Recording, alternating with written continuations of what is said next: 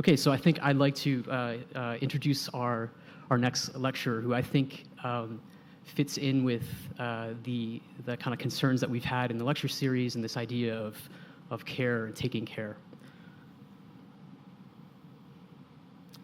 Okay, Cory Henry, the principal of the award-winning Los Angeles-based namesake Atelier Cory Henry. His approach to design integrates research and socially conscious ideals to create poetic and contextually driven design solutions. His work ranges in scale and types, with projects spanning several continents. He's a fellow of the Royal Society of Arts, has been recognized by NCARB as an emerging force in the field, and won the U.S. National Emerging Architect on Olive Contemporary Housing Competition, sorry. Cory is also accomplished in academia, having recently been twice named the Kia Distinguished Professor by the University of Maryland School of Architecture, Planning and Preservation. He's taught at the GSD. He's taught at the University of Pennsylvania Stuart Weitzman School of Design, Syracuse University, Penn State, and the University of Southern California. He earned a Master from Cornell University and a Bachelor of Architecture from Drexel University. Philly, represent.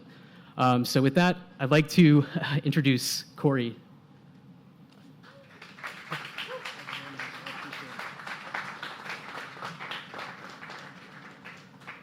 So first off, I'd like to say thank you for having me.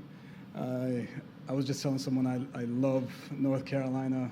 Every time I'm here, I have a really good time. Southern hospitality is absolutely real. So thank you. Thank you, situ, for the invite. Thank you, NC State. And thanks you, NC NOMA. As was mentioned, I have a practice. I also teach at the GSD. We have projects all over. Tonight I'm going to show two. But throughout probably the hour since I've been here, a couple of people have asked about academic studios as well. So during the Q&A, feel free to ask about that. We have our approach at the Atelier. We approach each project differently, depending on the conditions of that project. But one consistency is what you see in the quote here, is that we don't see architecture as only being the object. We're not form finding within the practice. We try to have an impact beyond the boundaries of the site that we're working in. The practice is based in Los Angeles, as I mentioned. I moved to LA, I think 10 years ago or 11 years ago from the East Coast, and it was a completely different landscape than I expected. In more ways than one. One way is the level of homelessness that's in Los Angeles. Obviously, the entire country, if not the world, struggles with an issue of houselessness, and houseless concerns. But Los Angeles, because of the climate, first of all, Los Angeles is only second to New York in terms of the abundance of homeless. But because of the climate, you see more that's absolutely in your face. Fortunately and unfortunately, during the pandemic, there's been a lot of realizations and what I like to say, quote unquote, epiphanies by a lot of people and what the conditions of this country is, and also the agency of architecture. One has been that the homeless situation and affordable housing situation in the country is a public health crisis and not just an economic one. So in about a year and a half ago, if not 2 years ago, we were asked to design an affordable housing project in Santa Monica, California, which was really exciting to do. If anyone knows Santa Monica, this is what Santa Monica looks like. So we expected quite a few challenges in terms of building an affordable housing project there, especially in this age of NIMBYism. But when you get into Santa Monica, they have a plethora of well-designed, beautiful affordable housing projects. So it's actually an invite for this typology. Our site sits within the warehouse district of Santa Monica. So one of the first things that we started to recognize is that from our site we're really close in proximity to the mountains and to the ocean. And this is something that we wanted to take advantage of.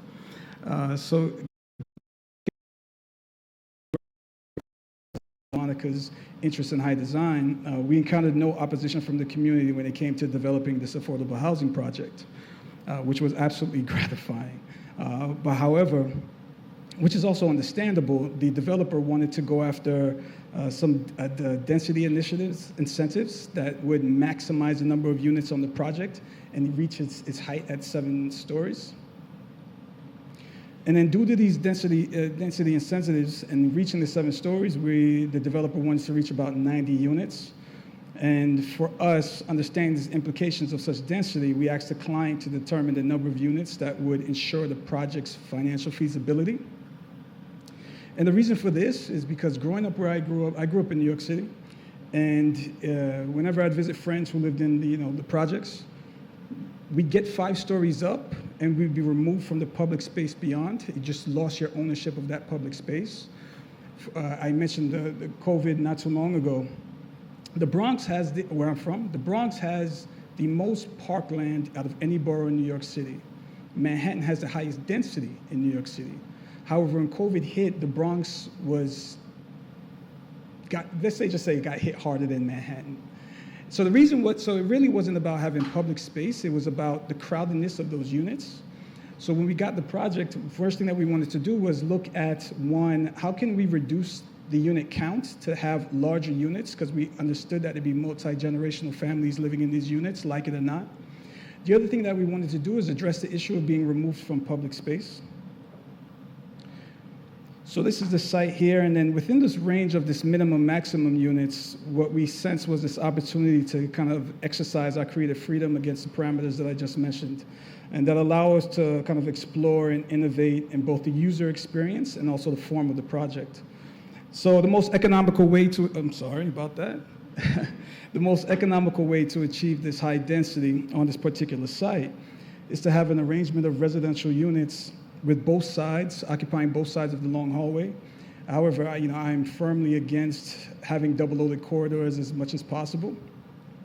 So we did the easy technique of putting a courtyard, or let's say a light well, inside this inherent density of the block. And this is common in Los Angeles with a lot of low-rise multi-unit housing.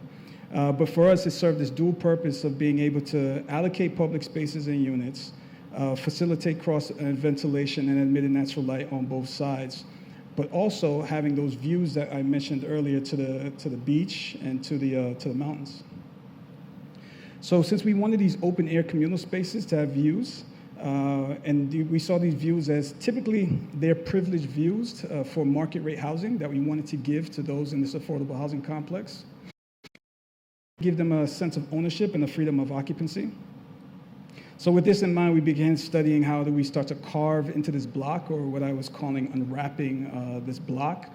And then again, to create this matter of equity within the beauty and the usability of the project. But given the proximity, and I apologize, what I should have mentioned is that within this warehouse district to the right is a bike path that goes from downtown Los Angeles all the way down to the beach. So within this proximity to that bike path, our initial concept was to then create a small park or a gathering space at the ground level. The issue became that this would make the owner responsible for any occurrences that happens to the general public within that space. So what I decided to do was then transform that into a sun deck that's elevated on 2 levels. All of the buildings that's around our site is only 2 stories tall. So by elevating this sun deck up 2 levels, you have unobstructed views to the mountains, and once you get up to 6 stories, you have unobstructed views to the ocean.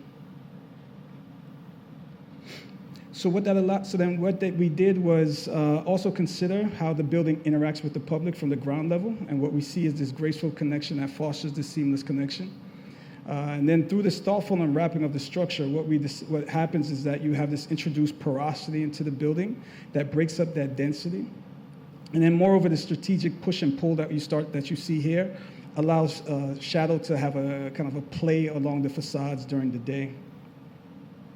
So what I'll do is I'll quickly go through some of the plans so you see how the communal spaces are engaging into the project in itself. And again, on this project, within every unit, you're 1 level away from an open air communal space. So on the ground level, what you see is you have a family courtyard directly centered in the building, but to the right, which is along the bike path, we have a community kitchen, meeting spaces, and a computer lab. Within the building, deeper within the building itself, we also included what we call a bike hotel. And that's the second level. The second level to the north, to the top of the page, is the main street. And there, what we've created is this open living room and community game room. Here you see the sun deck on that third level. Within the project, even on the fourth and the fifth level, we have these carved out lookouts. These are probably more what we see as more personal spaces for somebody to be outside. And then we have lounges, and then to the southeast, we have a covered trellis. Probably to the east, we have a covered trellis. And then on the top level, we have a dining, a game area, lounge, and also a community garden that's toward the south. And at night, what happens is that this light well and carved areas that allows light to come into the building during the day radiates it at night toward the neighborhood. And we not only see this as an aesthetic element of the building, but also a positive contribution to providing a sense of invitingness and security. One thing that we wanted to make sure that we do is that there is a kind of a sense of transparency in the building, so that at night it lights up the areas around it again, for the sense of security. We also wanted to make sure that we have a lot of the public space and faces along the bike paths. We went down to the site maybe more than a dozen times at different times of the day. We wanted to hear the train that's close by to see how loud it is and how we placed the programming within the building.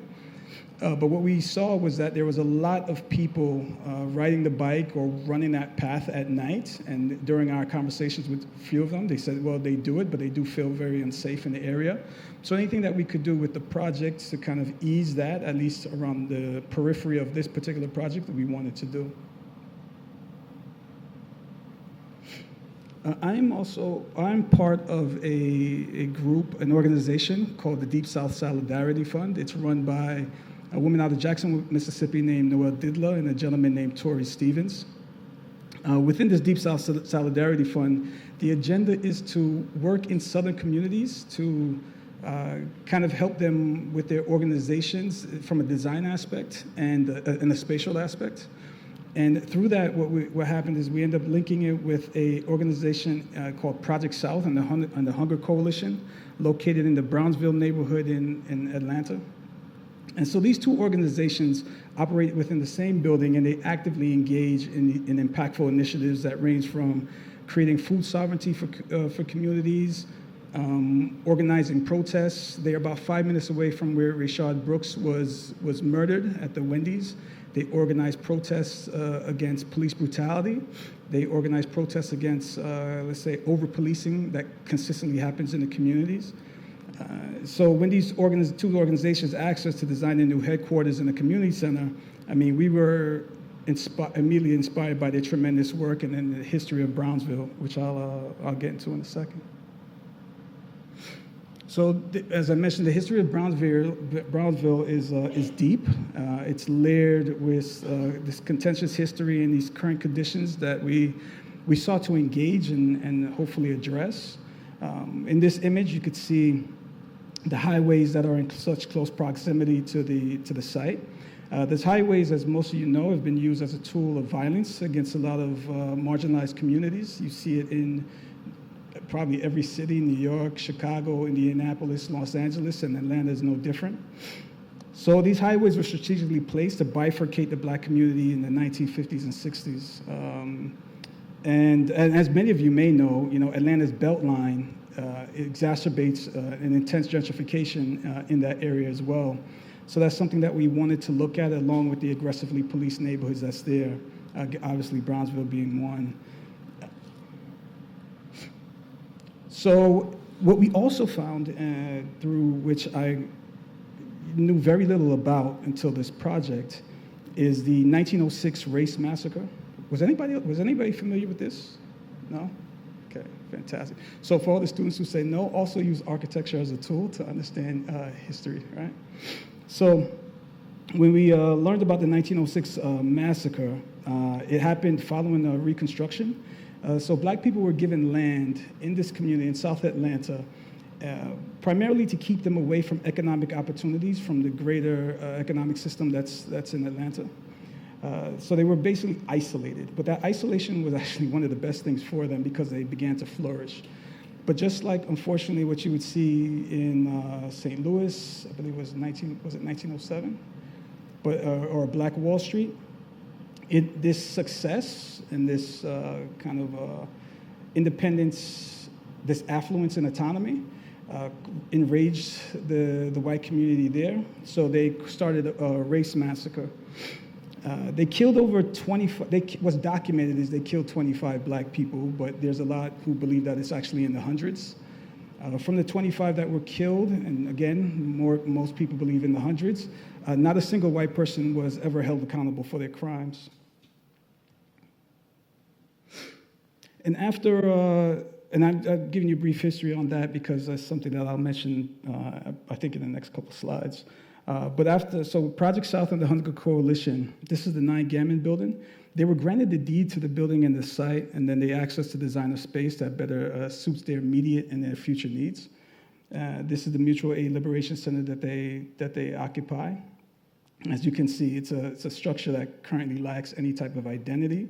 But within this, what we saw was this exciting opportunity to craft a compelling narrative based on the histories, not only the recent histories and the accomplishments of the two organizations, but also looking back at the tragedies that happened in 1906. So looking at the site, we went there quite a few times. I've been there, I would say at least half a dozen times. It's a 5-acre site that this building sits on that has this very challenging topography. There's a topographical change that happens, but you cannot see it because you cannot walk around the entire site. From this 5 acres, I believe that about 4 acres of it is just engulfed in this kind of invasive weed called kudzu. And you see, so to the top left, you see kind of the topographical change immediately from the building, and in the background, you see the kudzu. It also has a lot of older trees, which is beautiful, but we are getting rid of 22 of them. I apologize. Somebody said, "Wow." Okay. The building, and then what was also happening that we saw, and we actually saw this, so it was not just conversations with the community, but we were actually able to see it, is that because with this intense gentrification in the neighborhood, there were a lot of resources, activities that was just cut off from the existing community by this new gentrifying community. There is a park nearby, less than half a block away from this building. This park sits between, let's say, a couple of blocks of homes, and again, this building, that this new community did not like the sound of the basketball being bounced at night, so they had the city come in and chain link the fence closed, which you see to the bottom right. There's also several arteries that's used by the community, just like quick ways to get in and out of the neighborhoods that was also blockaded off. And again, this was all done by this new community coming in. So there's this very contentious relationship about what's actually public, what's actually private, and who has the right to occupy these spaces. So again, that was something that we really examined and wanted to try to address. So part of this, our study, before we even put pen to paper, was again to understand the context of where we're working, but also listen to the genius of the existing community. I apologize, we couldn't get sound today, but the video that you see is a community engagement exercise that Project South held, and you could see, I wish you could hear it, but she's talking about what she would like to see at the 9 Gammons building, and what she would like to, and the benefits that she thinks that would bring to the community at large. What you see to the right is, to the left, I apologize, what you see to the left are 2 photos of the urban farm that they have there on site. So again, addressing food insecurity is a huge aspect of these 2 organizations. And despite the kudzu, despite the challenging topography, they're actually growing an incredible amount of produce on that site. They also hold farmers markets at the site. So the site in itself, they're trying to address food sovereignty in this incredible way. And again, I'm absolutely amazed at what they're able to do with these very challenging conditions. As we were working on the design, I was given a historic marker as the site of the massacre. Again, I apologize for we couldn't get this audio to work, but here's a dedication to that marker that happened at 9 Gammons a year ago. The entire community came out to celebrate the recognition of what happened at Nine Gammons in 1906. It's one of the most beautiful scenes that you could see. Just the pride in place and the pride and the excitement that this is finally being recognized is also somewhat of a somber moment to know that, because there were people here who lived in this community in their entire lives and had no idea that this massacre took place. So it's one of those things where you start to, again, you're excited, you're happy that, you know, this atrocity is being recognized by the city and the state, but it also is a sombering in the fact that your own histories have been kind of not told to you, and despite it being right there. So this is the existing ground floor plan of the Nine Gammon building. Absolutely did not work for this organization at all. Extremely compartmentalized. It didn't give any opportunities for visual or even physical connections between the two organizations. Whenever they needed to work, together, there was a space on the second level that they would, go to and collaborate. But the opportunity to have those kind of informal connections just wasn't there. I just showed the video of the community getting together in front of the Nine Gammons. They always had to kind of gather into that front space. But in that middle section, in between the kind of two linear bars, is the kitchen to the left. Let me see if I can get my cursor over there. Yeah. So this is the kitchen, which is a very small space to cook all of the food that I've seen them cook. So we also wanted to increase their capacities in what they currently do, and obviously will do in the future. And when Project South asked us, they basically gave us a tabula rasa. They said we could remove the entire existing building. However, as the process started, they wanted us to keep some of the original, just expand its footprint. I was actually pretty excited about this. I think this shift allowed us to kind of embrace and integrate elements of the existing building, and at the same time infuse a new idea and design with a sense of continuity for accommodating their evolving needs and their aspirations. So we expanded the building. We also created a whole new second level. I think we increased their offices by 25%. We also created all of the visual connections that we wanted between these programmatic elements and these two organizations. We wanted to create some office space for them to be able to lease out to treat as incubator spaces. They're also now connected with Microsoft, who we're in negotiation with about having support some of their computer labs at the site. They have a model shop that, once I see NC State's, I'll know if we could rival NC State's model shop. But with that, what we wanted to do is have traces of the existing building still there. Unlike what was previously there before in this nondescript building, we did want to keep some of that history. So you could see we retain the brick wall, change windows to doors. But again, we create this space that's far more inviting, far more open, uses an abundance of natural light. Again, create these visual connections. That's what we hope is to future be this like programmatic connections on both sides of the building.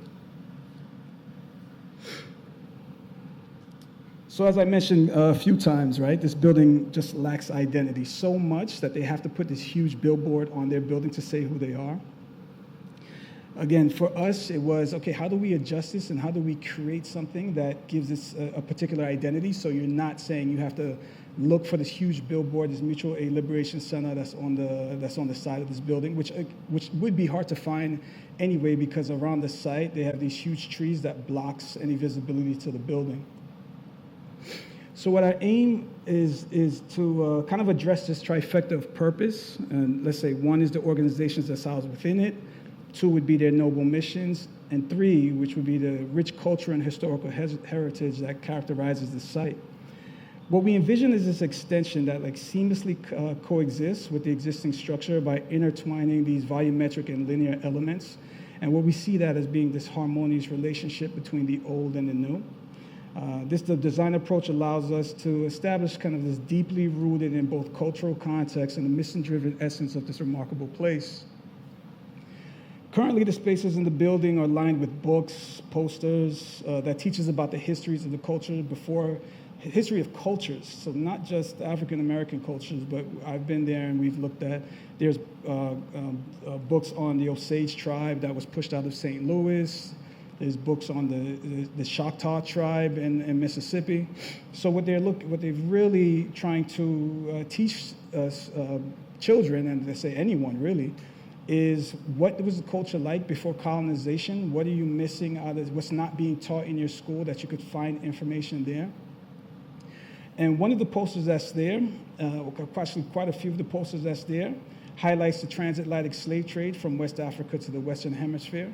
So this is what we actually started to look at, and look at the Adrinka symbols, as many of you may know. And for those who don't, Adrinka symbols are these cherished elements in West African culture. And they hold a special place within, especially in the Ashanti and Guyanese culture, because they serve as these captivating visual representations of ideas, spiritual concepts, emotions that, again, resonates deeply within West Africa. And this is what we looked at in terms of kind of embedding an identity into the building. So we chose specific symbols that kind of embodies the missions of Project South and the Hunger Coalition, from leadership to perseverance. And then we clad the building in weathered steel, and those weathered steel is to pay homage to the historical significance that the rail line had, that served as a vital supply route for the Bronzeville community during the Bronzeville Massacre. The design intentionally incorporates this reference, celebrating the area's heritage and reinforcing a meaningful connection between the building and its storied past. So here you see the perforated panels on the second level that creates the sense of transparency and views to the activities that's within the building, and also kind of reveals the Adrinka symbols. And this revealing would obviously change as light hits it throughout the change of times of the day. So we were asked to only look at the building, and then I went back to them and I said, all right, we'll do your building, but can we also do the site? Obviously, they thought that this would be an increase in fee, and probably a good business practice would have been to increase the fee. But we saw it as important to address the conditions of the sites, because the building in of itself, the object in of itself, does not have the capacity, does not have the agency to do the things that we wanted it to do. So here you could see the abundance of trees. I apologize to the person who sighed at me taking away 22, but we had to do it. We took away the kudzu. And one of the things that we also wanted to do is that there's a chain link fence that wraps around this entire site.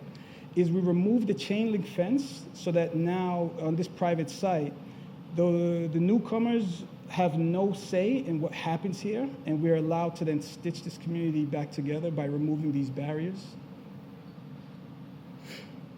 Another thing so with that, and here comes the removal of the 22 trees, is that they were strategically removed to allow the southern light to shine on the areas where they currently have urban farming. You can see the graphic where it says Team Antonio. There's a gentleman who works for the Hunger Coalition in Project South named Antonio Barksdale. He's the one who's kind of spearheading their urban agriculture and is doing an amazing job with just under 7,500 square feet. But what we found is that by strategically removing some of these trees and our placement of this kind of our new agriculture that's there, or additional agriculture that's there, that we could almost triple their capacity. So that's something that we intentionally did. So then I will also discuss some of the other moves that we made in the next drawing, but I wanted to come back to this existing one to talk about, again, the topography, which was extremely challenging. As we took down the chain link fence to allow the community to come in and create this sense of accessibility, what we also wanted to do was create accessibility to be able to walk through this entire site as we placed additional programming on it. So we had to shift the entire topography to allow us to have a wheelchair actually be able to traverse this entire site in of itself. That was a bit of an exercise, but a worthwhile one. And then in the next one, I'll show all of the programming that we then put in once the topography was worked out. So this is the aerial shot of the site. To the top left, because again the top left is actually south, but to the top left you can see where we start to immediately increase the agriculture. Let's say for Team Antonio themselves. I'll actually start to accessing the site. What was there before was You could not act. It's tough to figure out exactly what this building was because before the Project South got it, because there isn't a loading dock to say that it's a warehouse. But one part of the building is extremely open, and that's the part where you saw in the plan that we changed to a basketball court. But there's also no access to the back, so they were basically driving on a dirt road. So what we did was obviously create access to the back, increase the agriculture, as I mentioned. Also give probably, I think we tripled in size of the agriculture on the entire site. But we also introduced micro-housing, which you see to the top right. When we took down the fence that's near the Carver homes, that's adjacent to the project, what we're doing is we're tying into their parking lot. There's an abundance of parking and underutilized parking stalls that we're tying into. We also introduced a basketball court so that now they could keep the new community wants to keep the playground locked on the other side. That's fine by them, but they have no agency on what happens here. So a lot of the resources that was being blocked off to the community are now brought to 9 Gammon site. There's a woman named Carolyn Pittman who runs the Hunger Coalition, and she's so inspiring that others in North Carolina, South Carolina, and I believe Alabama have started their own Hunger Coalition kind of initiatives. So what we wanted to do was give something to kind of, I won't say memorialize, but recognize her. So we created 3 pavilions centered around agriculture and community. So again, these are just some quick sketches, and the reason why I'm showing sketches rather than diagrams is because I constantly try to get my students to work analog first before jumping straight to the computer. So these were some quick sketches that was done for these pavilions, where the first one is wrapped around a planter's bed, and we see it as a contemplative area where you're kind of looking out toward the site. The other one is wrapped around a cherry tree, where you're kind of forced to kind of engage with not just the tree, but your neighbors and have a conversation. And then the third is a seating pavilion that's situated near the new children's play area. So when you see the site from ground level, you get a sense of the new building as its relationship to the old, but also how open and inviting this community space is. We're constantly thinking of quality of space and experience, as was mentioned in the affordable housing project. And with the changes in the topography, the site slopes down quite a bit, but we saw that as somewhat of an advantage based on our changes with the topography, and created an activity hill for children to play. Public health is extremely important. The community also suffers with a high rate of diabetes. So what we wanted to do was have as much opportunities for kind of engage with the environment physically as possible. So lining let's say the arteries of the site, what we decided to also do was foodscape. So all throughout this 5-acre site is an edible garden. It'll be maintained by the community, not just Project South. We kept a great lawn in front of the building to the right, so that's actually to the west. That would allow for different activities to occur.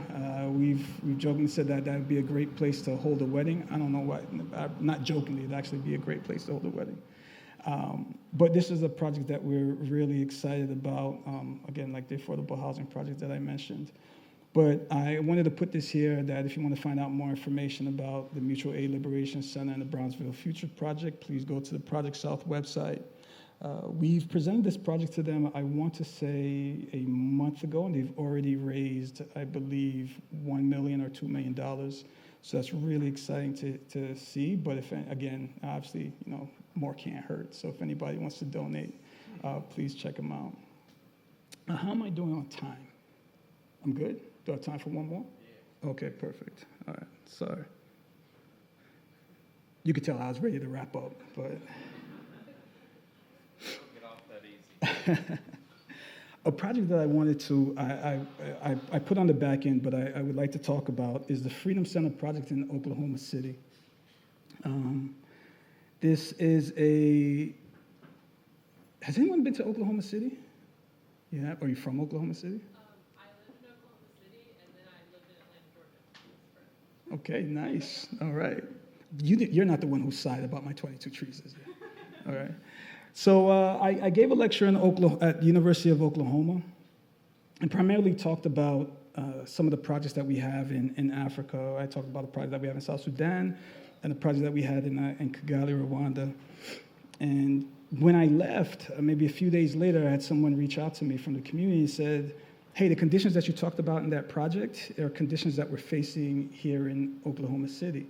And I was like pretty shocked. Like that's all they said. They didn't say anything about the conditions. That's all they left it at. So I was like really excited to speak to this person and just talk about these connections. The sad part is, and I'll get into those conditions in a second, is that a lot of the challenges that I mentioned, like with the highways, with the gentrification, obviously happens in so many different places. Like these are not isolated. The system of inequities permeates throughout every community, most of the communities that we work within. This image that you see here, this aerial image, for a quick minute, I apologize because I was going to ignore this project. But for a quick minute, can you just ignore that red dot? Do you see the building in the center, like this space in the center? I'm trying to navigate my mouse. There we go. You see that? Perfect. So that's a municipal building. That's a government building. This here is 23rd Street. To the left is Northwest 23rd Street. To the right is Northeast 23rd Street. Northeast 23rd Street is a historical black community in Oklahoma. Now that you see that and you see the corridor that I'm talking about, Northeast Oklahoma has been a food desert for about 23 years. We did this urban design corridor study to looking at Northeast Oklahoma, and the vacancy rates are high, the density is low, there is an abandoned car shop almost on every block. On the left side of that municipal building is not a historical black community. There's a convenience store almost on every corner. There's a supermarket which I might be wrong, but I believe I'm right, might be every 4 blocks. It's the complete opposite of what's happening on the other side of this municipal building. That's something that we found extremely astounding. Then I was asked if I considered the renovation of this Freedom Center building that's in Northeast Oklahoma, just maybe 2 blocks down from 23rd Street. I didn't know why they were asking me to do a renovation of this small project. It's 1,500 square feet. It is. You see the solid red dot is where it's at. I'll get into the dashed dots a little bit later. Again, it was so small, I had no idea why they were asking me to do it. They had an architect on board already. But then they said that they asked me if I know who Clara Luper was. And I said, well, I've heard the name, but it's not like ringing a bell, which is a slight to me. Clara Luper is the title of the newspaper article says, is a civil rights icon, not just in Oklahoma City, but throughout the country. She held sit-ins, which you could see at the right, was a sit-in that she held where she'd take young students to sit into a delicatessen that would not serve black people.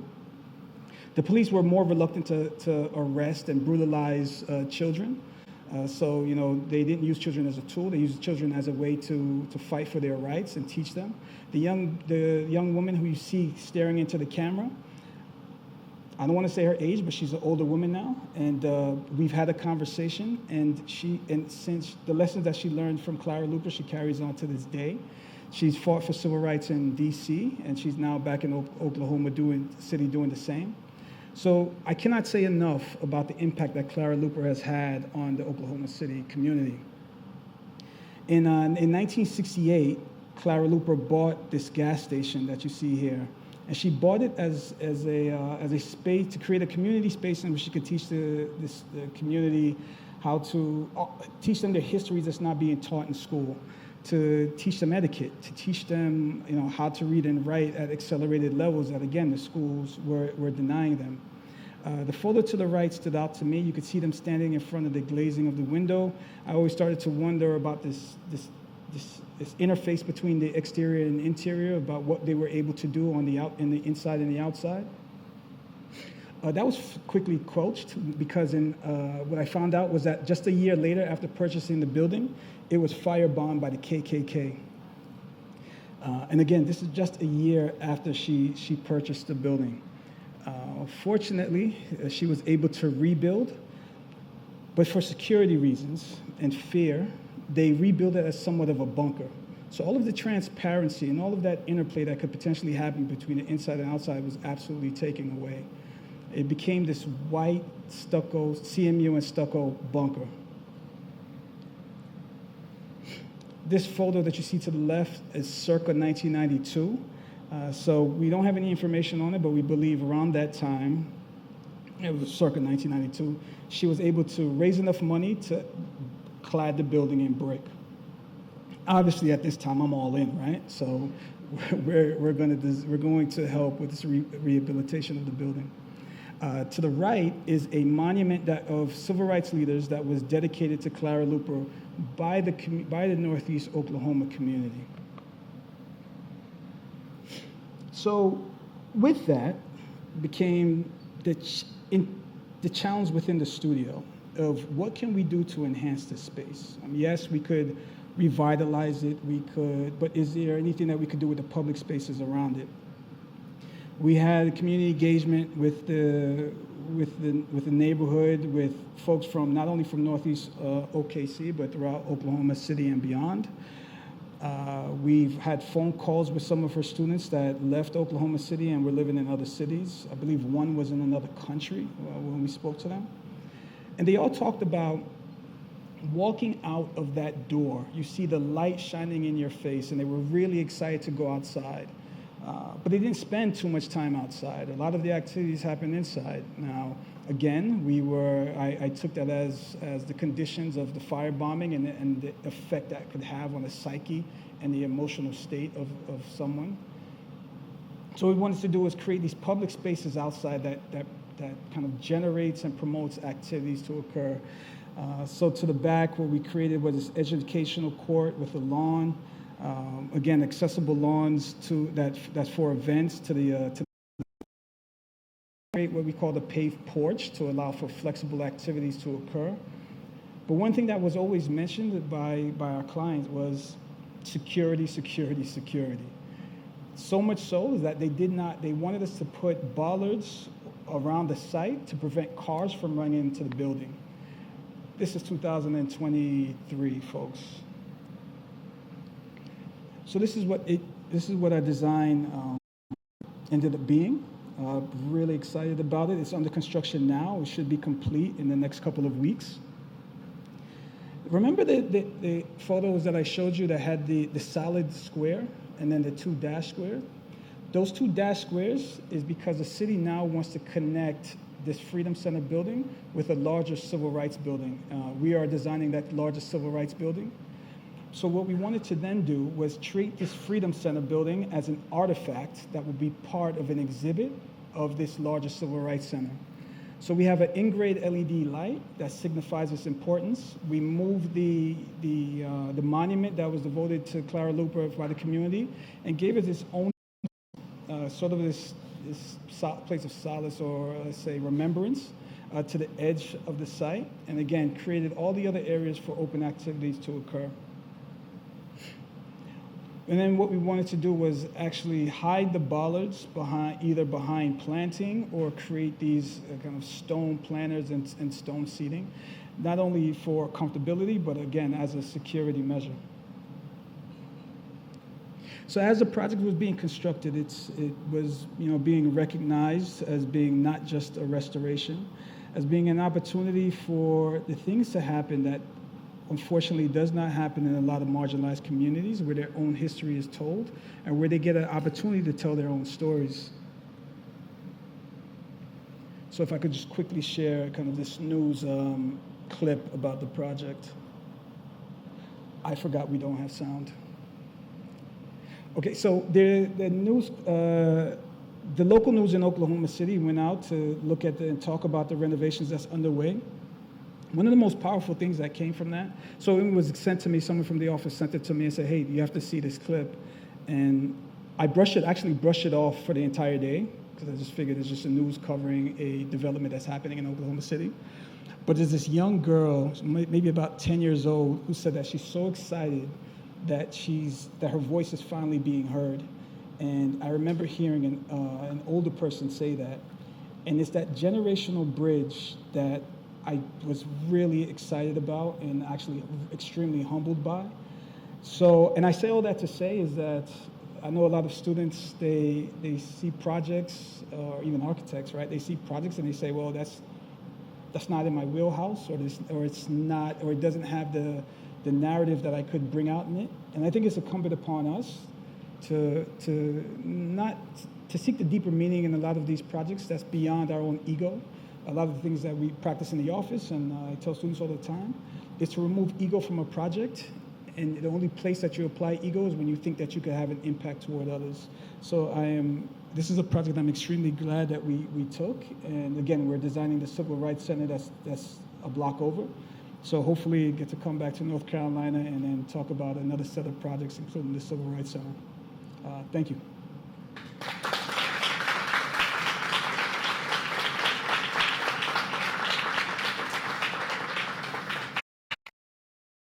We're going to open it up to a little bit of Q&A, but before we do that, can we just get one more resounding round of applause for Cory?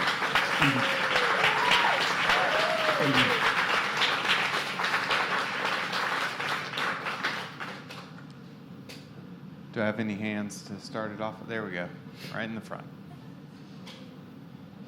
It's gotta be good, Eric. Well, I was just going to ask, so do you focus on more of the landscape architecture or like both together? I'm so happy you asked that question. And the reason being is I have a friend of mine who's a landscape architect, and she mocks me and says that I always wanted to be a landscape architect. We actually, I like to think that we blur it. The term architecture has people. So I went to dinner with, I'm telling a story as I answer your question. I went to dinner with a friend who's a musician, and fans keep coming up to him, asking him for autographs, and this one lady, she was so polite. She saw that nobody was coming up to me, so she goes, she asked him his question, and she goes, oh, what do you do? And I said, I'm an architect. And she said, I have a gutter that needs to be fixed. I was like, really? So outside of the ivory tower of architecture, there's a lot of people who don't understand what the capacity of an architect or the power of design thinking. I myself, again, I'm not conflicted. I believe in the power of architecture, but I also understand the agency of architecture. So the confines of the definition of the architect or the discipline is not something that I work well within. So we do landscape design, we do the typical architecture of the building of itself. For the Civil Rights Center, we're going to have a hand, obviously, in the landscape. We're going to have a hand in the exhibit design. I'm not saying that we do it all, because we don't, right? But we try to make sure that there's continuity in the design approach throughout the project, and sometimes that's jumping disciplines or blending disciplines. I very much see the Atelier as operating transdisciplinary or multidisciplinary, and I say trans because we do learn from the consultants that we also hire as well. And we take whatever we learn into future projects. So.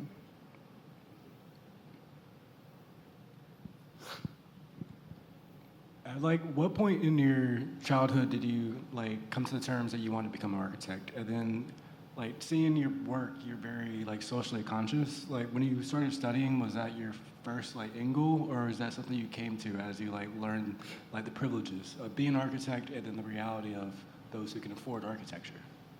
So when I was a kid, so my family's from Jamaica, so I spent a lot of time between Jamaica and the Bronx.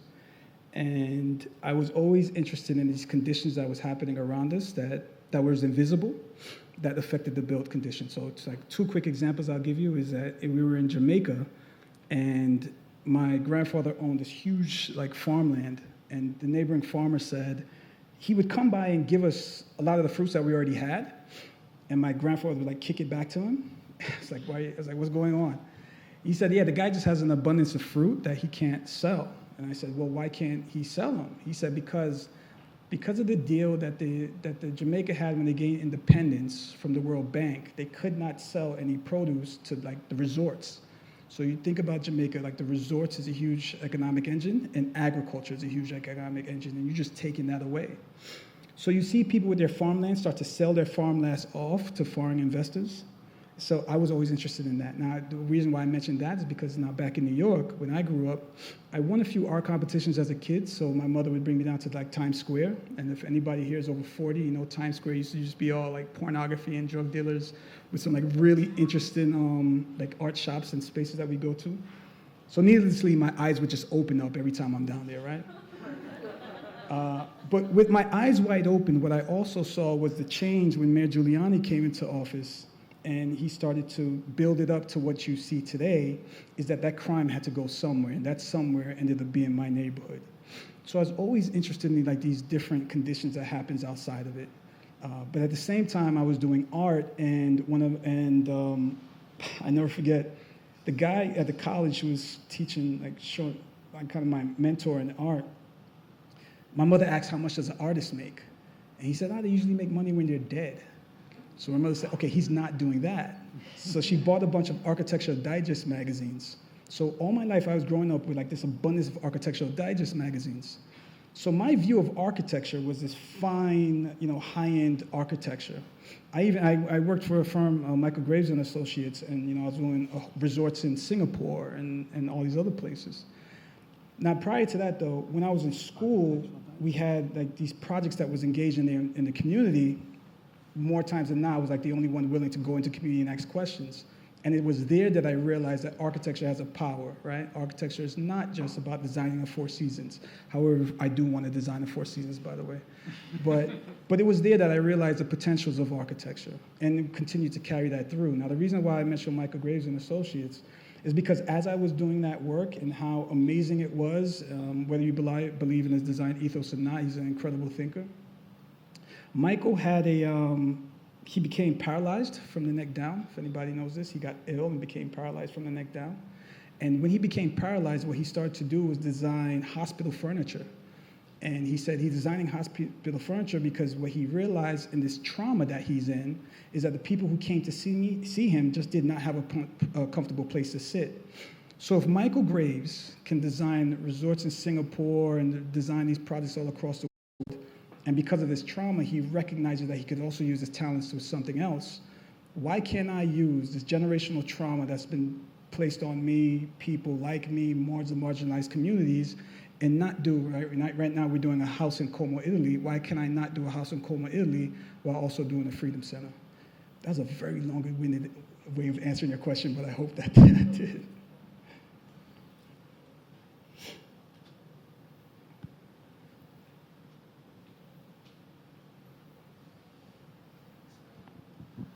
Hello.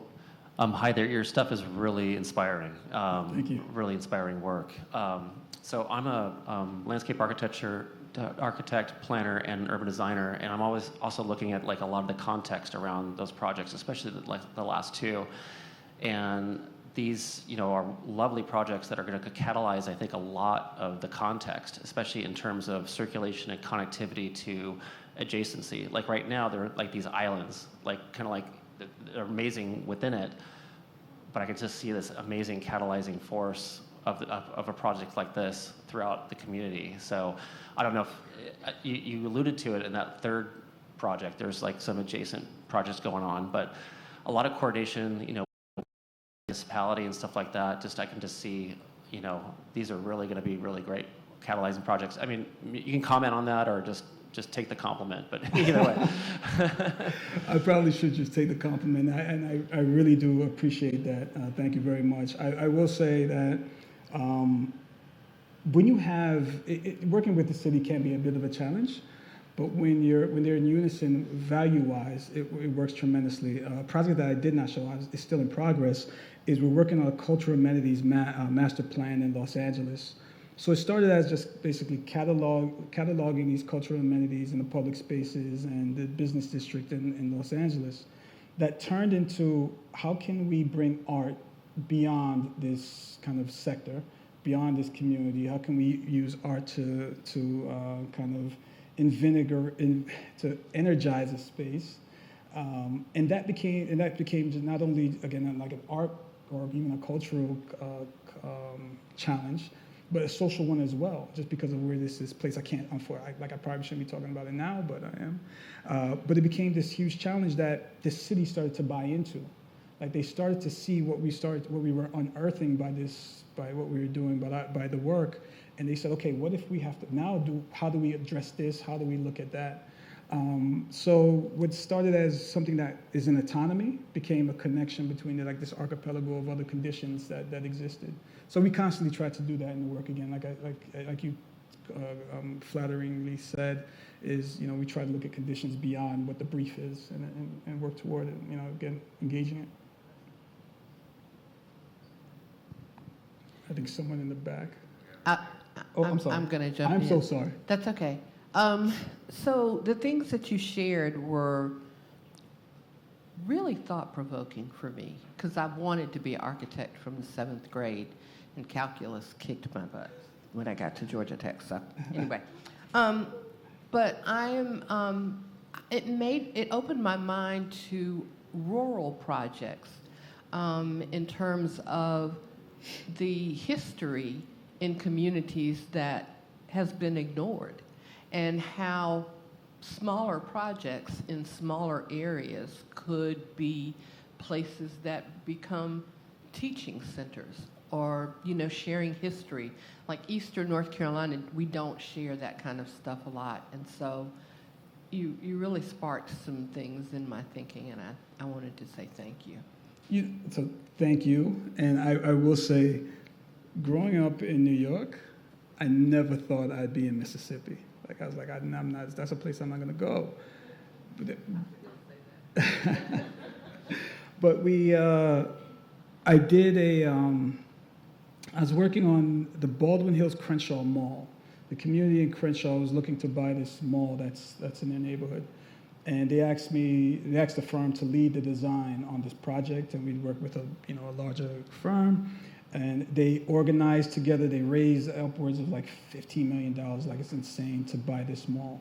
At the same time that they were looking to buy this mall, a Jared Kushner organization was looking to buy the mall. To give you kind of the layout of Los Angeles, there's Crenshaw, and right next to Crenshaw is Culver City. My office is in Culver City. Culver City sees an incredible high rate of gentrification. So there's Culver City, Crenshaw, and then like USC, University of Southern California. University of Southern California is building a lot of different housing for students. They're basically occupying this community. Then you have Culver City with this huge gentrification, and they basically bookend Crenshaw. So Crenshaw seeing this high rate of gentrification, the community being pushed out from historically black communities like Lamert Park, Crenshaw, et cetera. So as a community was trying to buy this mall, we did a community engagement event. Trust me, I'm going somewhere with this. We did this community engagement event on Zoom, and it was me, and then the architect of record was there, and we had these breakout rooms. And this gentleman on the breakout room says, "Hey, I really like your questioning. You seem to really care. You're really engaging. I have this thing that I'm doing in Clarksdale, Mississippi. Would you be interested in going?" And I was like, okay, I guess, let's talk about it. And Clarksdale, Mississippi, for those who don't know, is the poorest city in the poorest state in the country. So this was not something that we were going to go to and say, all right, we're just going to make the practice. But I said, I'll give it a shot. And it's based on who the gentleman is. His name is Ed Whitfield. If anybody looks him up, absolutely amazing. But so I go to Clarksdale, Mississippi, and that's where I met this woman who I mentioned earlier, Noelle Didler. And the history that I've learned in my 3 years in going to Clarksdale, going to Jackson, Mississippi, from the folks that are there, from the landscape and everything that I learned, has been, absolutely tremendous.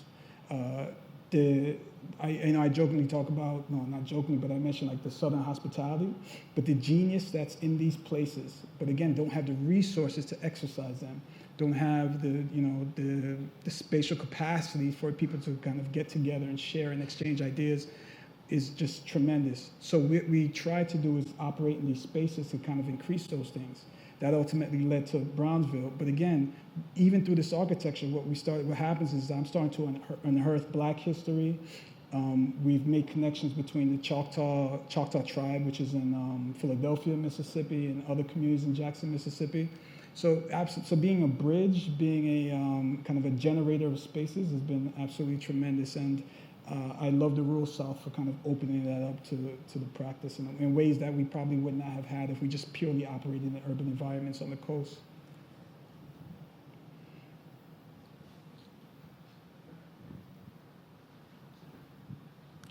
Good evening, everyone. It's another amazing day in paradise. My superhero name is Mama Kai because I found my superhero. I just have to say that I just want to first of all thank the in situ crew for putting this on, because the way the speakers have been put together has been brilliant. And to have you here on a Friday night and all the people that are here having many other options, I just want to celebrate that, because you've got a good group here and you have been captivating and thought-provoking.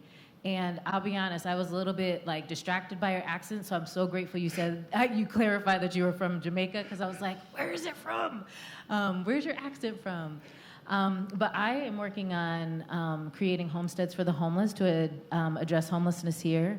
I went to the National to End Homelessness Conference a couple weeks ago in Washington, D.C., and found out that LA actually has the largest continuum of care, which means organizations that are addressing homelessness. And so I find it fascinating that you're here. And what I thought was amazing, and what I appreciate so much, is that you are bringing beauty to communities that don't always get the respect of people thinking they deserve something beautiful. And so when you show this building that is supposed to be designated for affordable housing, and it looks like it's a luxury, it could be a luxury experience, and just all the little amenities that you put in there that are huge, and taking things just off the ground level so they would be to the people that live there, it just showed so much mindfulness and compassion and meeting the needs of the people who you're serving. And so I just wanted to say thank you for that. My question has to do, and the other projects as well, just bringing beauty into spaces that are often neglected, where people are always doing something halfway just to be recognized, and you completely taking and re-envisioning and giving something that's high-end and deserving and worth recognizing. So thank you for your service. My question is along the lines of how do these projects get financed? How will that building be affordable to people? Do you have a hand in that? And and I want you to get paid, of course, but what are some of the things that you found are creative ways of financing, or how are some of these projects being financed so that we can continue to bring beauty into some of the most neglected places? First of all, thank you so much for your complimentary words. We try to be involved in the projects as early as possible. Unfortunately, sometimes that still is outside of the financing structure that especially developers will have. With the affordable housing project, that was absolutely a learning lesson in how affordable housing is funded and financed, especially in a place like California. The expected start date of construction for that project is next year, because funding still has to be raised to the state. And with that, that project was designed, I think, in a month and a half or 2 months. It was a really short timeline to push this project out. But the reason being is because there was the developer would have 1 week. They would say, okay, we have 4 months, operate as you normally would. And then they say, okay, but for this financing structure that we need or this financing opportunity that we have from the state, we need a design in a week. We need X amount of drawings within 2 weeks. So So in our rush to like get things done, we were not involved in kind of as in depth with the financial structure of affordable housing as we would like to be. But honestly and truly, sometimes I'm not sure if the developer really knows what the ways that they're going to get the projects financed. With the Deep South Solidarity Fund and the project that we're doing with Project South, and I want to give all respect to the two founders of Deep South Solidarity Fund, again, Noel Didla and Tori Stevens, is they go out for funding resources. They go out to more like philanthropic organizations or even individuals to find money. They basically bank it until there's a project that's ready to go, right? Or a project that they believe in. So let me take that back. It's not the projects that they believe in, it's the organizations. So like with Project South, they basically gave like Project South money to start a design with the idea of, okay, there's gonna be a capital campaigning effort behind this. So it really takes the goodwill and hard work of a lot of different people to find these funding structures within communities like this. The project that for the Oklahoma City is a bit different. That's through the MAPS program. So Oklahoma City has a MAPS program, which is essentially a penny for every dollar spent. And from that, what they do is they finance and build public projects. So the nonprofit organization raised money for the renovation of that small 1,500 square foot building, but the MAPS program is paying for the Civil Rights Center. So cities play a role in how these projects come about, and very well capable of doing it when it's there. No problem. You spoke about having a focus group on Zoom as part of community engagement. What are some of the other things that you've been involved in when it comes to community engagement, like Zoom meetings and engaging the public? Meeting people where they are. A lot of times, I mean, that's far more personal than even a Zoom meeting. So we've gone to Oklahoma City, I've gone to Clarksdale, Mississippi.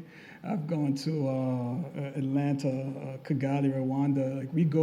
We'll go to where people are if the need is there, and we say, okay, this is something that we think we can participate in, and it's something that we believe is actually going to come to fruition at some point, or we can help come to fruition. So we'll go to where people are. The other thing that I do is, so I teach option studios at the GSD, so I'm basically in control of my own curriculum, and students will select my course. In projects that we can't engage in, or there's something there that we don't, is they become I try to turn them into like an academic studio of sorts, not for a form of extraction, but a way of showing the community that they deserve good design. So this kind of blends that last comment from the other person. Is one of the biggest challenges that you see when you operate in communities like this is when you present something that looks too nice, they say, well, that's not for me. You're going to be part of the problem. By engaging in some of these academic studios that we do, we allow them to see their spaces in a different way, and for them to say, oh, we do deserve that, or for them to see themselves in these spaces before somebody comes in and make changes, so that when somebody does come in and make changes, they understand the language of development, they understand some of the language of design, and they could articulate what they want, don't want, and the ramifications for whatever decision somebody else from the outside comes in with. So that we also, in that way, I guess I use my academic studios as a form of community engagement as well.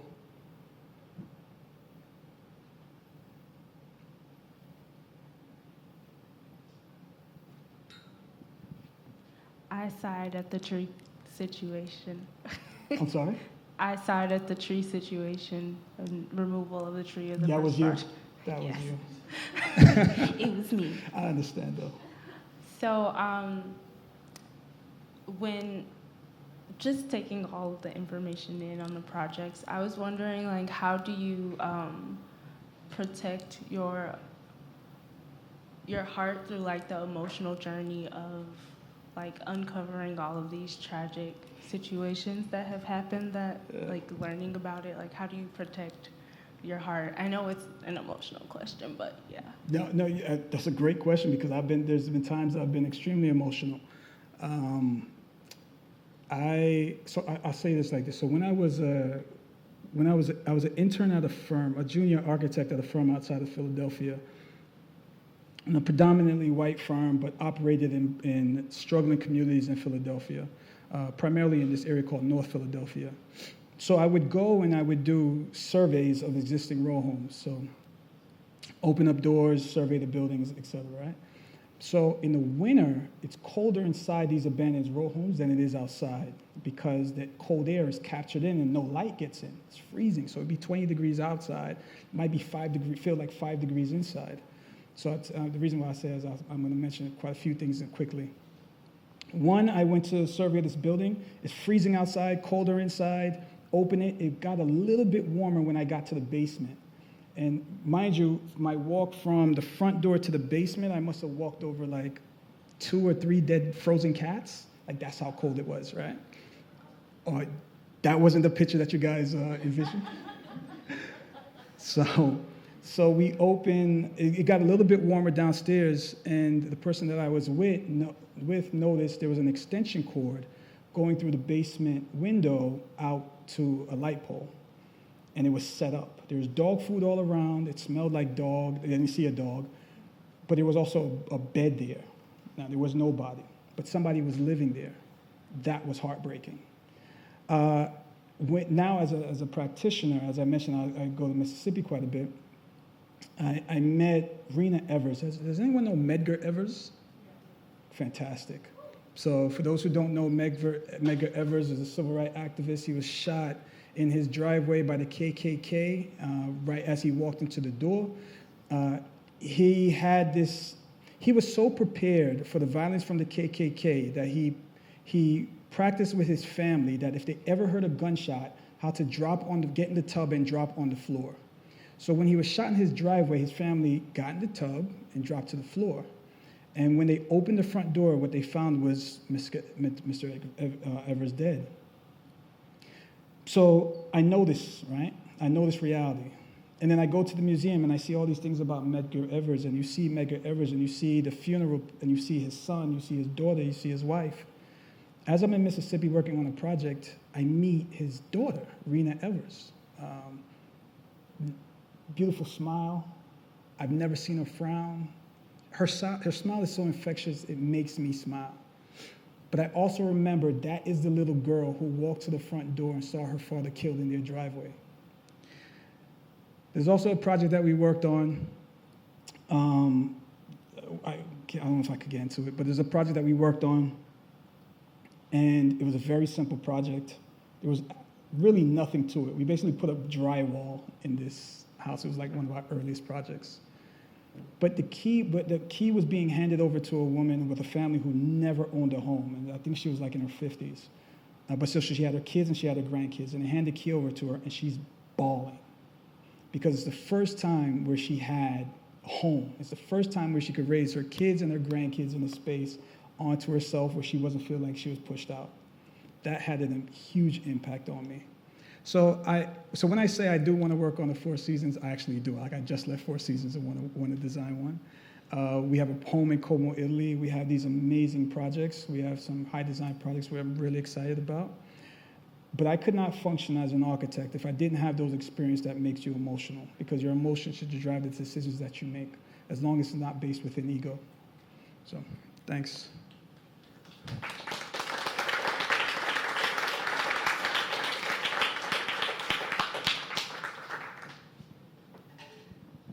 Hello. So I really appreciated a lot of like that historical kind of things that you were talking about. Like I mentioned earlier, I'm from Atlanta. I just graduated Georgia Tech, so. And I was really blessed to kind of have this curriculum and these professors that really took that seriously. Like I had a studio course that actually tackled like mass incarceration and thinking of how can we design and kind of like a reaction to that. We had courses like dealing with low-income areas, affordable housing. So that was kind of at the forefront of a lot of our designs, like thinking of these really complex social issues, thinking about communities. And so kind of my question for you is, where do you kind of like take all of that knowledge and all of that history, like when you learn those personal stories, when you're understanding, you know, like how those riots took place, how do you really kind of balance that to incorporate that with your architecture work? Because I feel like there's this hard balance of, you know, commemorating what happened and talking about these issues, but also kind of making a place that people want to be in, people don't, you know, are like being able to use in the present. And I feel like that's always something that comes up in these studios when we're talking about these hard issues. And I just wanted to know like your perspective and your ability to kind of work with those issues. So one is obviously, right, the context in which you're working in and what the particular project calls for. But we do try to unearth these histories, especially the untold ones, and then portray it in the design. So like the Project South project became one where, so what happened with the project, what part of the Project South project is one of the early schemes that we presented, we had a series of windows on that first level. And one of the first comments, maybe like the first, second, and fifth, sixth comment was, that's too many windows, people are gonna break in, right?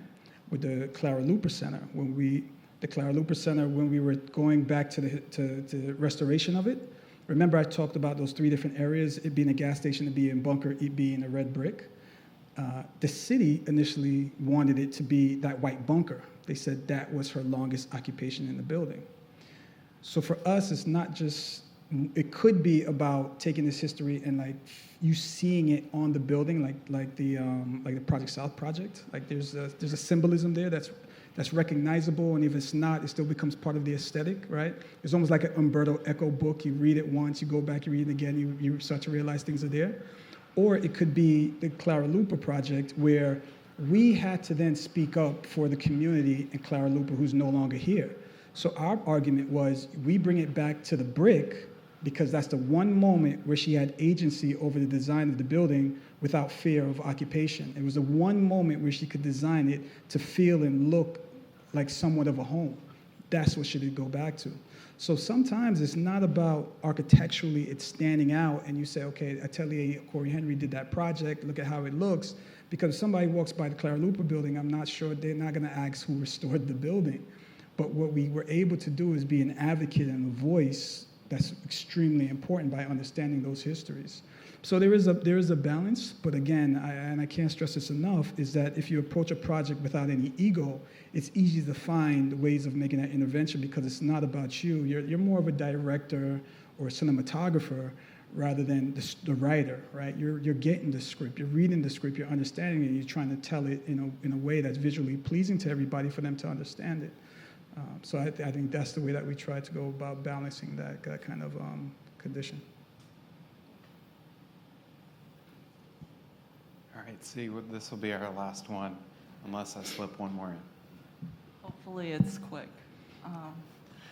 Well, that was incredible. You've heard all the compliments. That was amazing. I'm just seeing all the projects, and from affordable housing to the Freedom Center, how emotional, inspirational, and personal they were. And I'm just curious if you, or whether you keep track of the projects afterwards, how they have impacted the community, and how you go about them. Thank you. First of all, thank you for the compliment. And so we are a young practice, and I mean, we have projects that's under development now. We do follow up on the projects that we've done. There was a project in Los Angeles called the Skid Row Hygiene Centers that we were a part of. Initially, there's a parking lot. We were initially asked. So at USC, someone mentioned a lot of the Los Angeles initiatives to address the homelessness. I know this is live stream. I'm going to get in trouble for this, but I'm going to say it anyway.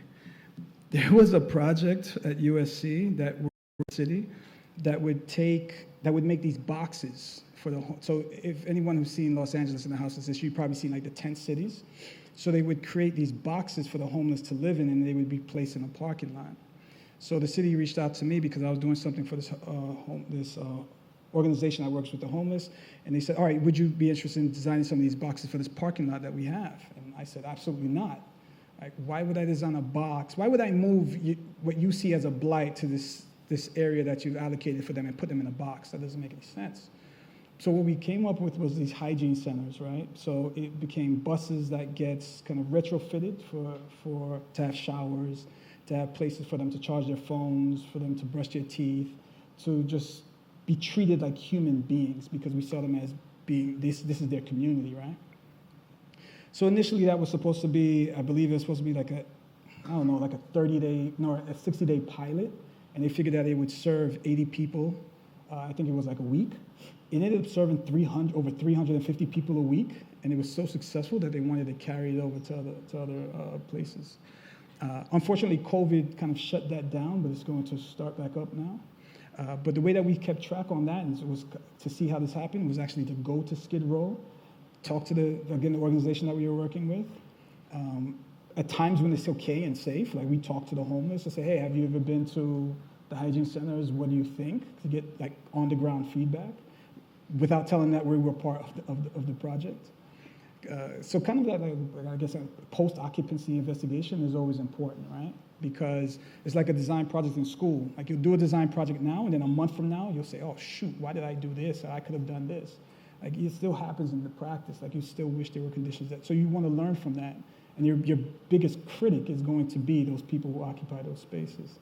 So like the Project South projects we're really excited about, the Freedom Center project, as much as it's getting, praise while it's under construction, we hope that it has the impact that we designed for, once it's done. So again, you just got to follow the same way you engage to get a project is the same way you engage, or if not more so after it, right? To show people that you were truly invested. I just want to thank everybody for coming out tonight and thank Cory Henry for his time and his insight. We really appreciate it. I'm actually going to steal the last question and let you have the last word as we walk out of here. I just want to remind everybody really quickly, come back Monday night. The conversation continues with Adam Ruffin from architecture firm, who's going to be talking about some of their recent work, which includes apartment buildings and some of that missing middle housing in Durham, so it's in our backyard. Cory, you've accomplished so much in so little time, and it's really remarkable and really something to look up for me to look up to. The question is, what have you not yet found, and what are you hopeful for in your practice and in architecture moving forward? First of all, thank you. My wife jokes that I will never be happy, right? I was ecstatic. I won a competition in St. Louis. I remain ecstatic about it. But then when I went to St. Louis to check up on the project, there were like 3 other projects that I was like, oh man, why didn't I get that? Mind you, I didn't even go for it. I didn't even know it existed. I don't want to do it all, but I also don't want to be pigeonholed, and that was always a concern of mine. So I use the Four Seasons as an example. I've done in my career some really high design, high budget projects. I want to be able to do that. I want to be able to. All right, this is going to sound bad, but I think it's easier for a lot of people to see you how they want to see you. And it's especially when you're a minority, especially in this practice. So when we did our 2 projects in East Africa, I started to get a lot of, inquiries about working with nonprofit organizations doing projects in Africa, even by nonprofits who had no business even thinking about building anything there.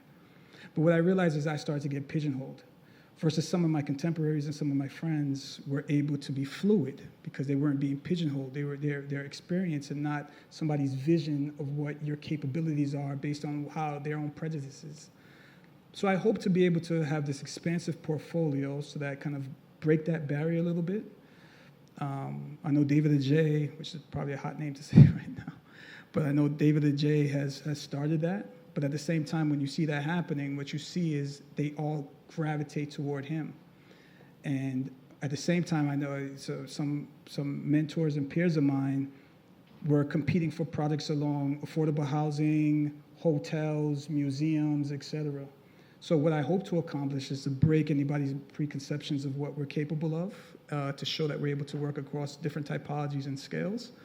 I hope to be impactful, more importantly. I hope to leave, like when we leave the rural South, is that they say, all right, even if they don't know who did it, because a lot of the community won't know who the architect is, but that they walk away and say, oh, this was an amazing project.